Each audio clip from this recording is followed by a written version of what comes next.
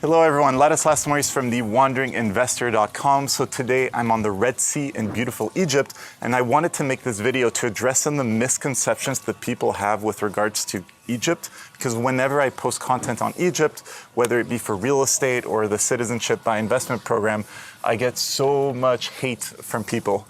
But actually Egypt is a very nice place to live if you know where to go to. And this, for example, right here is a very nice place, so we'll go into detail about it. But today we'll be looking at this development, which is really pure lifestyle. We'll also be looking at a development in town nearby in Hurghada, which is a bit better for rental income. Then we'll be looking at affordable luxury, which is about $800 per square meter for nice apartments with swimming pools, the whole deal.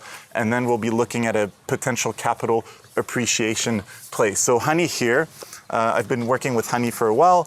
So he has a law firm that specializes in helping foreign investors make investments here in Egypt, as well as obtain residency and citizenship, which you can get by just investing 300K in any real estate here in Egypt. So Hany, when we first talked, I remember you kept saying you have to go to Hurghada, you have to go to Gouna. Yes. My Egyptian friends were always saying this as well. Why? Okay, so as you can see, this place is like one of the best places you can stay in. It's having beautiful beach. You can see the different texture in the sea. So it's a beautiful place to do snorkeling, to do water sports. The development we are in now is one of the best in Egypt. The developer is called Orascom, and they are a multinational company that has developments in Switzerland, in Oman, in Egypt, in Montenegro, many locations, in Grenada even for the citizenship program over there. And of course in Egypt, they are one of the largest and most luxurious developers in Egypt. Quick background about the city we are in. It's called Hurghada. It's 450 kilometers from Cairo. And it has its own airport. And it's one of the good airports in Egypt. The current capacity of the airport is around 7 million visitors per year. However, this capacity will increase within the coming 2 years to be almost 13 million visitors per year. So this is the capacity what they can receive in Hurghada. The population of Hurghada is almost like 130,000 people. They are living here. But we are receiving almost around 1.5 million to 2 million tourists per year to this city alone. So the tourists who are coming here, some of them are tourists, some come for residential tourism. So they stay, they live here, they bring their kids to school. There are multiple schools here, by the way. There are some British schools. There is a German school, French school in Hurghada itself. So there are few schools that international community can actually live here. There are a lot of activities you can do. There's golf courses, scuba diving, you can enjoy the beach. You can do a lot of things, go to safari in the desert. So a lot of things you can do, and you are not going to be bored living here. Yeah, I just spent a week here on vacation before us shooting this. And look, it's very comfortable. Essentially, think of all the negative points about Egypt, remove them. This is it, if I can. Yes, and about that, by the way, if you noticed, security is everywhere. And not that it's needed, really. Exactly. But everyone is coming here to enjoy their time. Still, security is important and they take it very serious. So for foreigners and Egyptians who are coming and living here, they are enjoying their life because they don't feel scared. You can see the cars are opened in the street. So no one is scared that they can get something like stolen or something negative that can happen. By the way, most of the rich Egyptians, like celebrities, businessmen, and people who has wealth, like high net worth individuals, let's put it this way, they come here and specifically to this development so that they can enjoy their time. And as you said, it's a lifestyle location. So this is a 3.7 kilometers development. Huge. So it's massive. Cool. 4,700 units already developed and delivered, more than 4,000 coming up.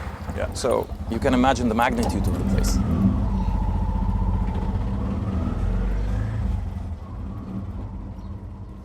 Cool. So we're here, one of the many marinas. There's like, I don't know, like 5, 6 marinas here. There's a whole bunch. Yeah. But before we go on and discuss this, I just want to mention the weather here on the Red Sea in Egypt, because it's essentially every day like this. Like every day it's warm. There's not a single cloud. And when you compare this with other destinations in Southeast Asia, in Latin America, in Southern Europe, etc., or the Caribbean, there's great weather, sure, but for at least 4 or 5 months of the year, there's rainy season, the skies are gray, there's a lot of rain, etc. But here, this is literally a place where you can live all year round and have this sort of weather. So from a lifestyle point of view, it's quite unique. Yeah, and people living here, they call themselves the Gounese. Yeah. So because they are living here in a Gouna, they are getting their kids to schools. They can work remotely. They can enjoy the weather, as you can see, the scenery, everything, all the facilities. And by the way, there is a very nice nightlife at night. So you can see this place at night is glowing. Yeah. And there's also a lot of bars, restaurants, and everything. Nightclubs. They bring in like famous DJs, etc. You could tend to forget you're in Egypt in many respects. It feels like Europe. Yeah. By the way, there is the Gouna Film Festival, which is like a spectacular event that happens every year. Celebrities from all over the world come and attend it. You can Google this. Yeah. And it's one of the most interesting events that happens here. Having said that, during the whole year, you can still enjoy your day on the beach, and at night you can have your nightlife, go to clubbing, everything. Cool. So I want us to discuss the school system. Yeah. Because it's a prime concern, essentially, for people who move to such places. It's like, are the schools good? Yeah, there is 3 schools. One is British, one is German, one is French. So the most popular one is the British one.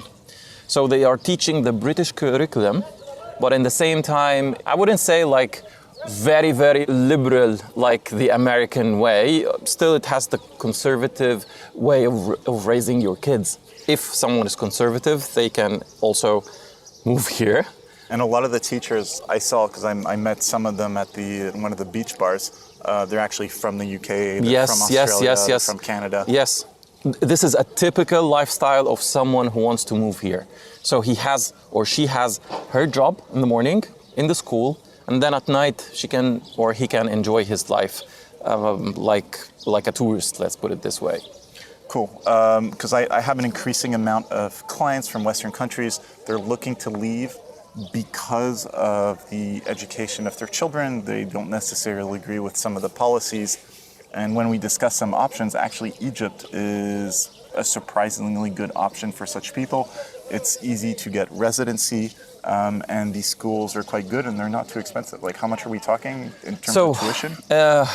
For the British school, it's around $1,800 per year for the primary, and then it goes up to $4,000 with the later years, but it's even less. Quality education. Yes, perfect. It's as if you are in the UK. Oxford curriculum, everything is there. Like just this in itself would be a compelling argument to move here. Also, the internet is quite fast. I've been uploading some videos, downloading stuff, etc. Haven't had a problem. There is a complimentary internet in this city. Oh, Did you notice? No, I didn't know. There is a complimentary wherever you go. There is complimentary internet. Cool. I was just. And it's a fast one as well. Yeah. So yeah, very decent place to work remotely. Now, in terms of real estate, so we're looking at roughly $300,000 for a 1-bedroom apartment. So it's like far from cheap.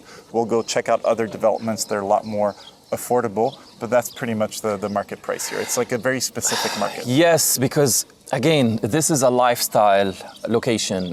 The project is attracting people who are not particularly looking for pure investment. So it's not commercial, but it's more of a people who wants to live here and say they are living in Gouna, for example. So it's kind of a lifestyle, like when you are living in Beverly Hills or you're in Saint-Tropez or some. So this is like the Rolls-Royce of Egypt. It's pretty much the most luxurious development in a country of 110 million people. Yeah. So it's quite one of the luxurious developments, because there are some other luxurious developments also in the Red Sea. Yeah. But I don't know if we'll have time to show everything. Cool. What's interesting about El Gouna specifically is that it's a dollarized market. So you essentially buy in dollars, you sell in dollars, and you rent in dollars as well. And you rent in dollars, so you avoid all the drama around the Egyptian pound. It doesn't mean that, you know, taking your money out once you sell is easy. It depends. In Egypt, it's always, these regulations change on a regular basis. But by buying real estate here, you're essentially buying a dollar asset, which is a lot safer in many respects. Having said this, I had a chat with the rental department yesterday, and we're doing all the numbers. And the rental yields are not particularly interesting. You're looking at between 2 to 4% gross, 4% if you're lucky. It's more like 2 to 3%. So essentially, you just kind of cover your expenses. If you put it on Airbnb or the long-term market, you cover your expenses a little bit more. You don't come here and invest for rental returns. That's not the objective. The objective I see here is lifestyle. If you want residency, or if you want citizenship and a dollar asset, you just buy whatever, one bedroom here, and in 5 years' time, once you can sell, then, you know, hopefully you should have at least the same amount of dollars, if not more. So no, you will definitely get more. So just to clear things up, the prices when Gouna started, like, let's say 10 years ago, because I have the financials of this and we have the graphs. So the prices were around $2,000 per square meter, between $1,800 to $2,000 per square meter. Now it's between $4,600 up to $5,300. So even with the devaluation, even with everything that is going on, over 10 years' time, you double your money. Another thing, it's not just the $4,000 or the $5,000 per square meter. We have also very interesting private villas with prices up to $6 million. Mm-hmm. So it depends what are you buying and why are you buying. So, and are you planning to stay in it? Are you going to furnish it? But in general, again, it's one of the most expensive locations in Egypt. Cool. All right, fantastic. So now we're going to go to the city of Hurghada. We're going to jump on a cab. It's like, what, 25 minutes away, roughly? Exactly, yeah. And we're going to go have a look at a development where the rental yields are a little bit higher because it's in the city, and a lot of foreigners like to stay there. Okay, so this is another example of a development in the heart of Hurghada, downtown. So it's actually one of the few developments that you can find in this place. It's directly overlooking the beach and the sea. It has a direct access to the beach as well, with a private beach. It's a 200,000 square meters. The price is, I would say, between $2,000 to $2,800 per square meter. There is a payment plan over 2 years.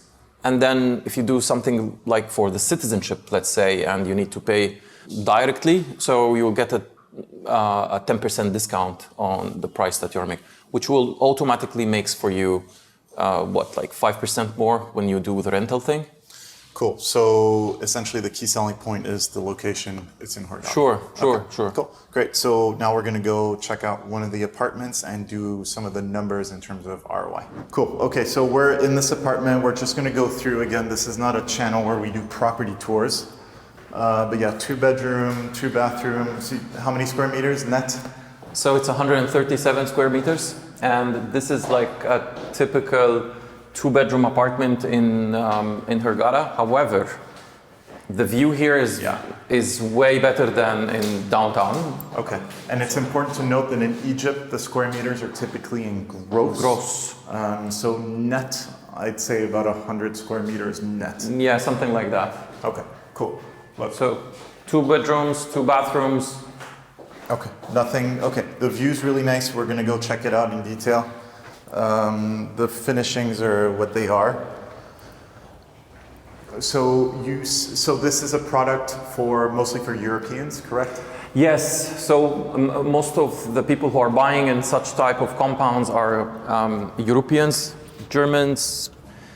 Germans are the top buyers here. Mm-hmm. And then you have the British, Russians, of course the wealthy Egyptians or Egyptians living outside of Egypt, and they want to have like a retirement place to retire in the future. Again, the community is pretty much good. In general, in Hurghada, the community is good if it's in those types of projects and developments. The payment plan I was mentioning downstairs, so here it's $275,000. You can do it over 2 years. However, if you do a cash discount, you get a 10% cash discount. That's worth it. So about $250, so $2,500 a square meter net. And then if you're doing the citizenship... If you are doing a CIP, then you can go to buy this one and buy another one.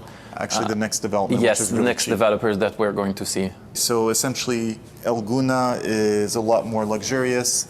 I'd say percentage-wise, more wealthy Egyptians are staying there, though a lot of foreigners live there. Yes. Here, the skew is more towards Europeans. Yes. Staying, okay. Also, I came here yesterday and I sat down with the rental manager because this compound has a whole team, just like in Gouna, that manages your rentals, whether long-term or short-term. And we're going through all the Airbnb bookings. And the Airbnb bookings, essentially their occupancy rate is a lot higher than in Gouna because it's just so much more accessible from the airport. And typically tourists who come here for a week or two, they just want to be in Hurghada itself. So the rental yield, roughly you're looking at 5 to 6%. 5 to 6%, yes. Yeah. Still also in dollars, you can get the money in dollars as well. Yeah, so the rents here were in euros and in dollars. Yes. Yeah. So basically, if you are in a coastal city on the Red Sea, you should expect your income to be in dollars. Yeah, which is a big change from Cairo, where it's really Egyptian pound denominated. Yeah, you can get also Egyptian pounds here. Yeah. If there is Egyptian family who is coming here, you do the same thing. So it depends who's coming to rent, what's the season, if it's a peak season, or Okay, great. Okay, so this is just one of the offerings. Great. So now we are going to go check out the affordable luxury development. Exactly. All right, let's go. Now we are in a company called Rikaz. We work with them for a few years now, and they're one of the trusted companies we work with.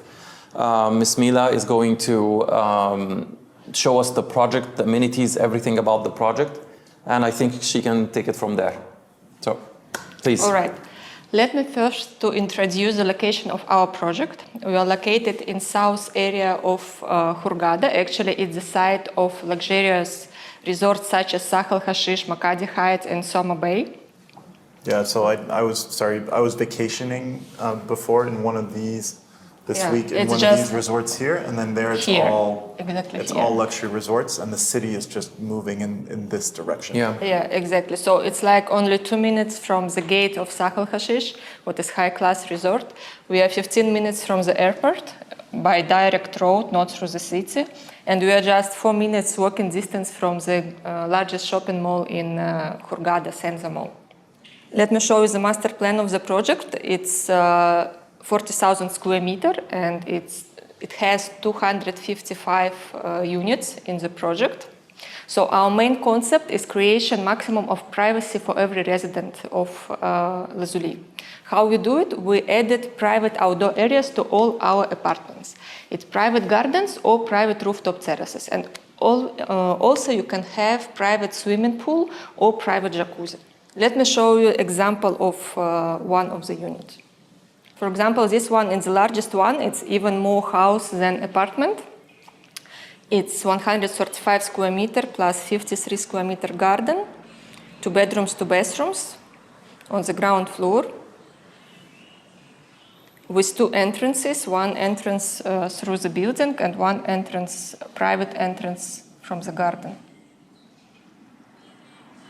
Such type of unit, it costs around $100,000. And also you can have a payment plan or you can have a cash discount. Cool, so payment plan is interesting. Can you talk about the payment plan? So now what we offer is 10% and 5 years payment plan, or 20% and 6 years payment plan. In Egyptian pounds? In Egyptian pounds or in euro, dollars, it's possible. Cool. So Look, these payment plans, and we discussed this with Hany Yes. when we did the video on the new administrative capital. What's interesting is that it's a way to short the Egyptian pound. So you essentially get a fixed price in Egyptian pounds that you gradually pay over 5 years. And as there are devaluations, which always happens in Egypt, then the amount you pay in You hard locked currency the property price. just goes down and down. I have a few clients, they did this a few years ago, and now they're paying practically nothing because they agreed on 8-year payment plans. So if you want to short the Egyptian pound, this is the way to do it. For citizenship, you need to make the investment upfront, right? Yes, which will get you also a discount. What's the discount that you offer for upfront payment?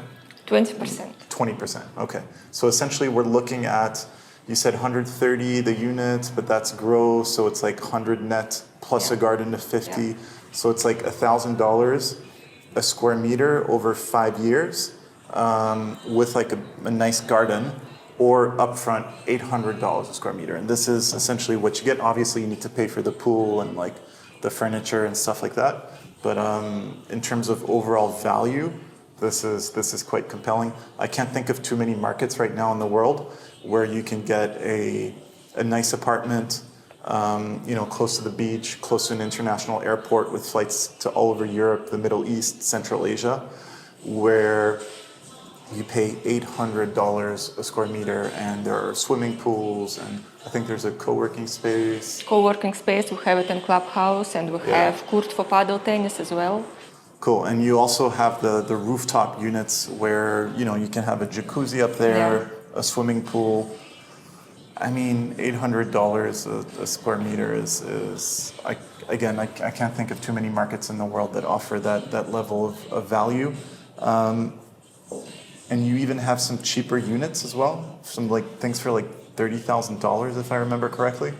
Not 30, I think now, we have some studios, but just a couple of studios in the line of condos first line, but yes, we do. Cool.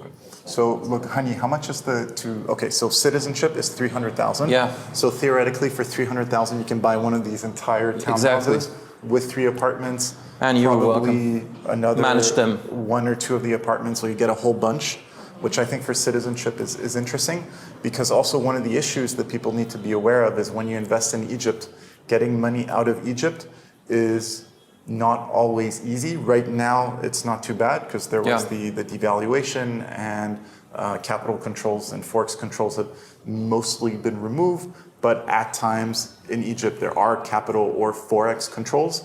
So it's easier to, if you, after the 5 years of your citizenship, you sell 1 unit, you get $100,000 out, and then after a while you sell another unit, $100,000 out. It might be easier to do it this way than suddenly selling one thing in one go. So that's just in terms of strategy. What about the residency by investment? Because that's the citizenship, 300K, boom. Yeah, the residency it's a different model, and it's a different law. So basically, if you buy a property with $50,000, you get 1 year. Yeah. If it's 100,000, yes, $100,000 you get 3 years, and if you invest 200,000, you get 5 years. Okay, but renewable as long as you keep the property. Yes, of course. Okay, cool. So essentially, you can buy one of these units for 100,000. If you're doing the 5-year plan. And then this gives you a 3-year residency? Yeah, if it's 100,000. But there is a technicality here that the property needs to be registered in the registrar. Is it registered in the registrar? Not yet, because it's off plan. Okay. So it doesn't typically fit for the residency, but this fits perfect with the citizenship program. Okay, cool. Okay, so residency would be this once it's actually built? Yes. Okay. Could be. All right, fantastic. So I think this just gives an idea of the sort of value that you can get here in Hurghada. Look, it's not on the beach like the other 2 developments we saw, and the next one we're going to see, which is obviously a negative, but taxis are super cheap around here. You can get an Uber works, or you're literally just $1 away from the beach. Yeah. So sure, you're not on the beach, but you're $1 away from the beach.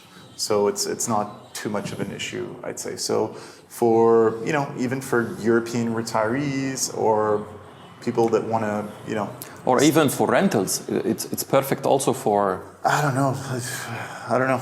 Do you think it's a good rental? Yeah, sure. Of course, it's very good. And moreover, we're going to have a property management in the project. We're going to help with tenants and maintain the property. Cool. So look, would I go into Egypt aiming to make an investment for rentals? Personally, I would not, especially in this part of Egypt, because it's so dependent on tourism, and tourism in Egypt is very volatile, right? So, each time something happens in the Middle East, Europeans are scared of coming, etc. So it's up and downs. I see this as just great value for money and a decent way to get the citizenship and, great lifestyle. And if you want to rent it out, make a bit of money on the side, it's fine. But in terms of committing numbers, it's a bit hard in Egypt when it comes to tourism stuff. I don't know what your thoughts are. Again, it's going to be something worldwide. So when Corona happened, it was everywhere. But Egypt just gets hit harder each time. Everywhere was hit. So Greece was hit, Italy was hit. All the countries were hit. But now the numbers are normally growing. Mm-hmm. So we are targeting 2025 to have 15 million tourists. For this year, they are almost 12 and something million, which is 2023. But even Hurghada is targeting to get almost 3 to 3.5 million in 2024. Mm-hmm. So for 150,000 people living in a city and receiving 3.5 million, this is the amount of tourists coming to Cyprus the whole year in their best season. Yeah, that's true. Yeah. Look, and the reality is you're only paying $800 a square meter, so you can rent it, not too expensive, and it shouldn't be too hard to find people. But yeah, in terms of what the rental rates are, it's project delivery is what, in 2 years? 2 years. So, we don't know. But yeah, great value for money. That's how I see it. So now we're going to go see another project which is more geared towards capital gains, correct? Yes. Okay, sure. cool. All right, fantastic. Let's do this. So, Hany, what just happened? Well, the developer didn't want us to discuss the pros and cons of the place. So actually, the developer was fine with the pros. Yeah. But we tried to be as honest as possible, and we tried to say the truth as much as we can. So out of respect to our audience, we decided not to shoot the place. And because we have some point of views that they didn't like. But it was obvious like a sun.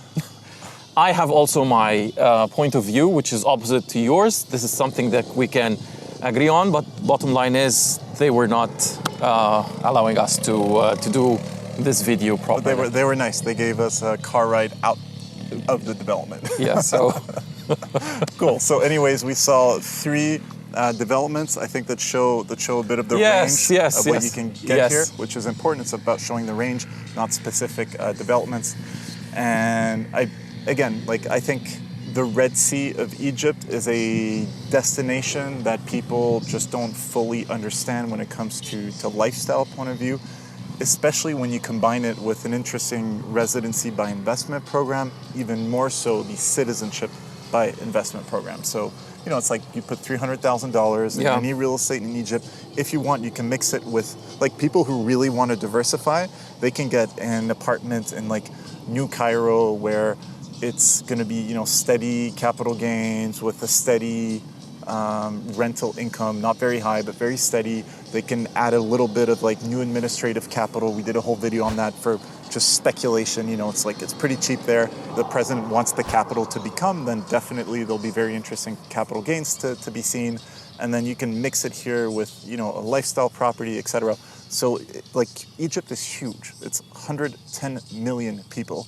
This here is only a 5 to 6 hour bus ride from Cairo. So it's very accessible, and it's a 45-minute flight from Cairo. So there's going to be more growth in this area. And I can think of stupider things to do in life than putting 300,000 in generally deep value real estate, especially the third one. That was really deep value.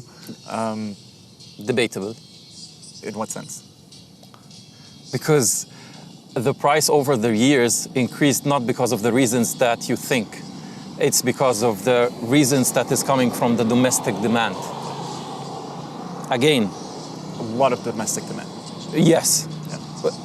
I sold this particular apartment 2010, $17,500. Oh, the one here. Yes. Yeah. Now they are offering it for how much? 7.2 million. This is like $150,000. $150,000. Yeah. So, it's kind of like, I made a lot of money on my uranium stocks. You probably don't want to buy them from me, when I sell them. I feel that's kind of the last development that we saw. Well, the one where we didn't get to go into, or the one that we rather got kicked out of. But the one for $800 a square meter, that's good value. This is out of the question. My point of view is that, and also I might agree also with your point of view. Historically, people made money. They are not also stupid to sell with this number, specifically if they are already selling. So they don't have a problem. The other thing is that your point of view might be also valid in a way. You see the future and you kind of saying, okay, the price increase would not match this. This is something we have to get the crystal ball and see what's going to happen. Yeah. Again, my experience is different from your experience, so let the people decide what they should do. Yeah, cool. In any case, look, it's an interesting country with these programs. Hey, so right before going to the airport, we decided to shoot a quick little video of an example of an apartment here in Gouna. So, Hany, because there are two ways to purchase here in Gouna. You can either go for the primary market directly from the developer, but you can also go for the secondary market, which is a bit more of a murky market. Yes. So can you elaborate a little bit? And then in the meantime, let's just walk around. So basically, you can buy something that is from the resale. Could be from people who purchased a few years ago, something like this. And so it could be a 1-bedroom or 2-bedroom apartment. Let's say this is an example of a 1-bedroom apartment. So the 1-bedroom apartment will have an average of $300,000. The thing is that if you are buying from the secondary market, you are going to pay in cash, one time, one payment. So it's different from buying from the primary market from the company, let's say. Because with the company, you might have a payment plan. You can stretch the payment plan 2 years, and sometimes it's even more. Cool. So if you have your money now ready, I would go for a ready property, resale market, get a good deal, immediately move in. You can rent it immediately, by the way. So. Cool. So I agree with you. I see a lot more value because when you look at the primary market here, it's these new buildings, they're nice, etc., but they're a bit further away, and you need to hop onto a tuk-tuk to make it to the marina or to the beach. It's just for the payment plan. Yeah. So here these buildings are a little older. This is what, 15 years old, this one here, roughly, something like that, 15 years old. Yeah. But the marina is literally just We are inside. We're in the marina. In the just marina. don't have a marina view, but we're in the marina. There is more prime locations, but it's going to be more expensive. Almost the same size, 1-bedroom, 2-bedroom. So the average for a 1-bedroom is going to be 300 plus 50, something like this. For a 2-bedroom, you can see something around 450. So it depends, again, if you have the view, if you are not having a view, it's the size of the property. Now, by the way, because it's an old property, so people customize their properties depending on their personal preferences. So it can be a 2-bedroom, but the guy converted it to 1-bedroom, and so on. Cool. Okay, so essentially, if you want value and lifestyle when you go for your Egyptian citizenship by investment, you can get a 1-bedroom like this. It's $300,000. It gets you, your family, citizenship. You are literally on the marina. All the restaurants are there, and at the next marina, you have all the nightclubs and bars. So you're close to all the action, but far enough that it's not loud. Yeah. So you just don't have the view. That's it. You can have the view, but with a premium. Yeah, with a premium. Yeah, if you just want to hit 300K, you just kind of like, you're there. Okay, cool. All right, fantastic. Thank you very much. Yeah, so again, if you're interested more in the secondary market, then definitely get in touch with Hany. Thank you very much. Let's go to the airport. Let's go. Bye. Okay, so you see here all of this new construction and all of this area you can get something here for $20,000, $25,000. So you can buy almost an entire building for like citizenship. Yeah. The thing is that those buildings, they are built by local developers, like individual contractors. So it's not like a master developer or anything. There is schools here. You see a little bit further over there, there are more prime locations. Not the same quality of finishing, but at least you are very close to the beach with a very reduced prices. So yeah, 2-bedroom would be something around 50,000 to 60,000.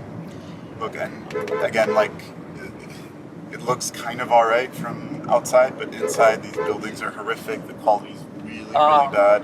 It depends. Some of them are semi-finished, so you need to do the finishing by yourself, or the contractor that you're buying from is going to add an extra like $7,000-8,000 and finish it for you depending on your specs. Could be a little bit more, but again, it's around schools. So this is, for example, one of the schools. There was another one we just passed by, and there is a whole neighborhood inside, if you can see. So look, the rent for these, I don't know, a 1-bedroom apartment No, it's there quite would be cheap. like $100 a month, something like that. I would say, around $200, $250 a month. I think it's less because our videographer who was filming yesterday, she was in the center, near the center of Hurghada in a local area. She showed me her apartment I asked for pictures of it. Nice, remodeled, $200 a month. So I think here in the outskirts, probably less. Yeah, probably less. But to be clear, these are absolutely not investments that we can recommend to foreigners. No, I you're wouldn't just dealing recommend. with local tenants, like really. Yeah, you will be paid in Egyptian pounds, and I wouldn't go for international buyers to do something like this. And it's problematic tenants, and you can see there's like literally space everywhere, so like they can build endlessly. So I absolutely, it's like slumlording. No, I wouldn't go there. Yeah. Make sure to download my free ebook, 12 Mistakes to Avoid When Investing in International Real Estate, which you can find on my website, linked below, and feel free to follow me on Instagram @TheWandering Investor. I look forward to hearing from you.